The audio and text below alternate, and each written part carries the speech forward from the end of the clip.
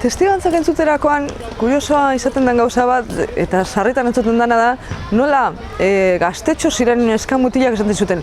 Hombre, gu hasieran pozik geunden, ze ez geneukan eskolarik, rutinak apurtzen ziren, bataioak ikusten genituen, hemen kamioiekin, eta bueno, eske pelikula baten egotea bezana zen. Pentsarazten digu, hain zuzen ere, hezkuntzaren garrantziaz, ez? Nola, pelikuletan ikusten ditugu, edo gaur bideojogoetan ikusten diren irudiak, eta badirudi gerra gauza iaia emozionante badala, ez da? Batez ere ikusten ditugulako alderdi estetikoak eta ez hainbeste pertsona konkretuen bizitza konkretuetan daukaten eragina, eta apurketa eta sufrimentua.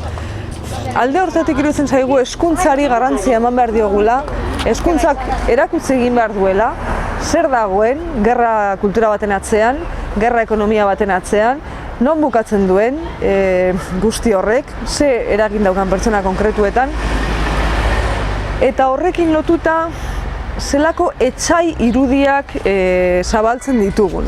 Azken batean, olako egoera batetara eramaten gaitu, bestea etsai bihurtzeak, besteari gizatasuna eta pertsona eskubideak entzen diogunean gai gera edozer egiteko, eta hortan hezkuntza garrantzia handia dauka. Txikitatik zeintzu jartzen ditugun etsai bezala, zeintzu jartzen ditugun lagun bezala, ze benetan munduko gatazka guztietan horrek irekitzen du bidea, azkenean indarkeria izugarrizko egoerak sortzeko.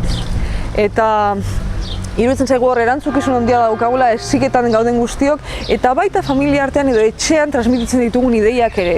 Txikitatik etxean nortzuk jartzen ditugu etsai bezala, nortzuk jartzen ditugu lagun bezala, eta non egiten ditugu kontakizun alde batekoak bakarrik.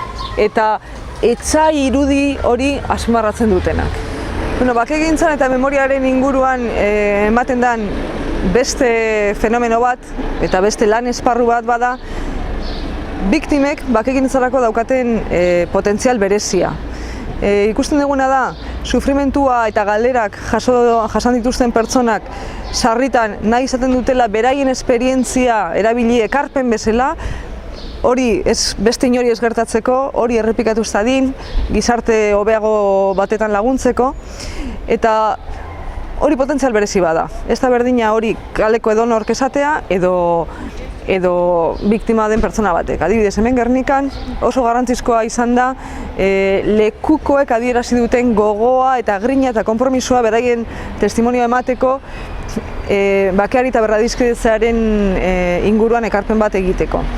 Eta berriz ere, azpimarratzea hori norbaitek ahalbideratu eta lagundu egin behar duela, hori 85 urtetako pertsona batek bere kabuz ezin duela egin, baina garrantzizko bide badala. Biktima daukan potentzial moral hori bakea eta justizia eskatzeko beste pixu batekin eta beste sinesgarritasun batekin. Adibidez, polita izan zen nola Belgradoko bonbaketak egin zituztenean, Gernikako lekukoek telegrama bat bidali zioten Kofi Annani esanez, gelditu bonba horiek azpian jendea dago eta. Hori ez da berdina kaleko denoren ahotzean edo bonbaketa bat jasan duen 50 urtetako pertsona baten ahotzean. Alderdi simboliko eta moralak asko zure pisu handiagoa daukate. Indarkeriaren biktimen inguruan egiten dugun beste hausnarketa bat bada, biktimak badutela potentzial moral berezi hori, baina bestaldetik ezin zaiola exigitu modu positibo batetan eta modu erekikor batetan erantzutea.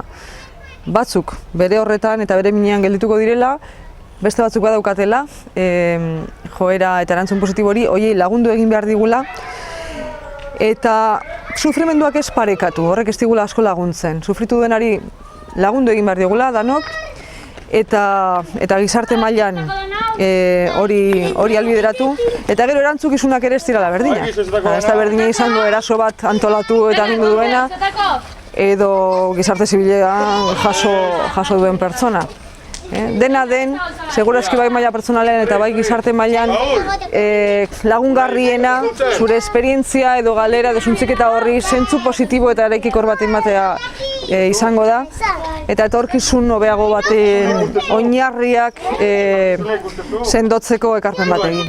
Behin entzun nuen, batzutan erantzuna jasotzea baino eta erantzun borobil bat lortzea baino garrantzizkoagoa dela galderak egitea, galdera onak edukitzea bizirik mantentzea eta galdetze horretan ekitea. Eta nik uste dut, bakegintzan galdera garrantzitsu bat badala, nola transmititu memoria, ze memoria egiten dugun, eta nola memoria horrek lagundu aldigu gure gizarteetako indarkeria maila jaisten eta gizarte bateratuagoak lortzen. Eta zentzu horretan, batez ere ulertzea, ikertzea, jakitea, zerk eraman gintuen, suntziketa maila horretara, ze dinamikak lehen aipatu dugun, abiatu onartzetik gizakiok badaukagula bizitzarako eta laguntzarako gaitasun hori, baina baita ere heriotzarako eta suntziketarako. Eta zer lagunduko diguna gizakion alderdi onak ateratzen batez ere, eta adibidez hezkuntzan eta belaunaldi berriengan ze ideia, ze begiratzeko modu, ze pentsamendu kritiko landu behar ditugun gizarte hobeago bati laguntzeko.